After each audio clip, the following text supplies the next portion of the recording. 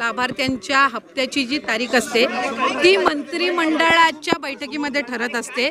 त्याच्यामुळे याही महिन्याचा जो हप्ता आहे तो त्यांना महिना संपायच्या आधी लाभार्थी ज्या लाडक्या बहिणीच्या आहेत त्यांना प्राप्त होईल। 2.5 लाखाच्या संदर्भात जी चर्चा सुरू आहे, 2.5 लाखाच्या आतल्या ज्या 2.5 लाखाचं ज्यांचं उत्पादन आहे अशा महिलांनाच भेटणारी योजना, असं काही सुरू आहे का?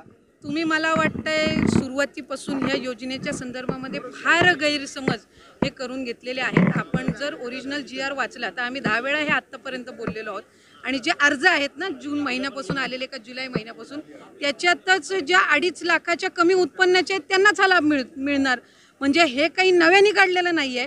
मला वाटतं तुम्हाला माहितीचा अभाव त्याच्यामध्ये असावा म्हणून हा आपण गैरसमज करण्याचा प्रयत्न करत असाल।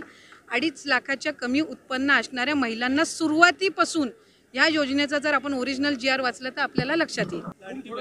मी आपल्याला तेच सांगितलं की आपण जर लाडकी बहीण योजनेचा जर शासन निर्णय आपण वाचला जो आम्ही निर्गमित केलेला आहे, जो काही ओरिजिनल जो GR आहे त्यामध्ये ज्या महिला या इतर योजनांचा लाभ घेत आहेत, म्हणजे उदाहरणार्थ संजय गांधी निराधार योजना आहे तर त्यांना 1500चा लाभ हा संजय गांधी निराधार योजनेमधनं मिळतोय, तर तसंही त्या लाडकी बहीणमध्ये त्या पात्र लाभार्थी नाही आहेत।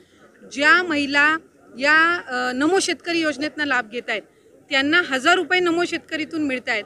किमान 1500चा लाभ हा शासनाच्या योजनांमधून त्यांना मिळावा हा दृष्टिकोन आहे।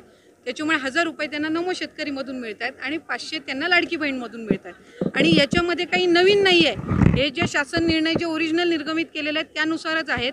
फक्त कुठं ना कुठं तरी विरोधक असतील किंवा काही विविध जे काही आर्टिकल्स असे आले की मग सगळ्यांना असं वाटतं की हे काही नव्याने केलेलं आहे। साधारणपणे 2,47,00,000 लाभार्थी आहेत आणि ऑक्टोबर महिन्यामध्ये ज्या वेळेला आम्ही शेवटचा लाभ दिला होता त्यावेळेला 2,33,00,000 महिला होत्या। त्याच्यामुळे कुठेही कुचराई ही योजना राबवताना होत नाही आहे आणि ज्या पात्र महिला आहेत त्यांना लाभ हा व्यवस्थित पद्धतीने सुरू आहे।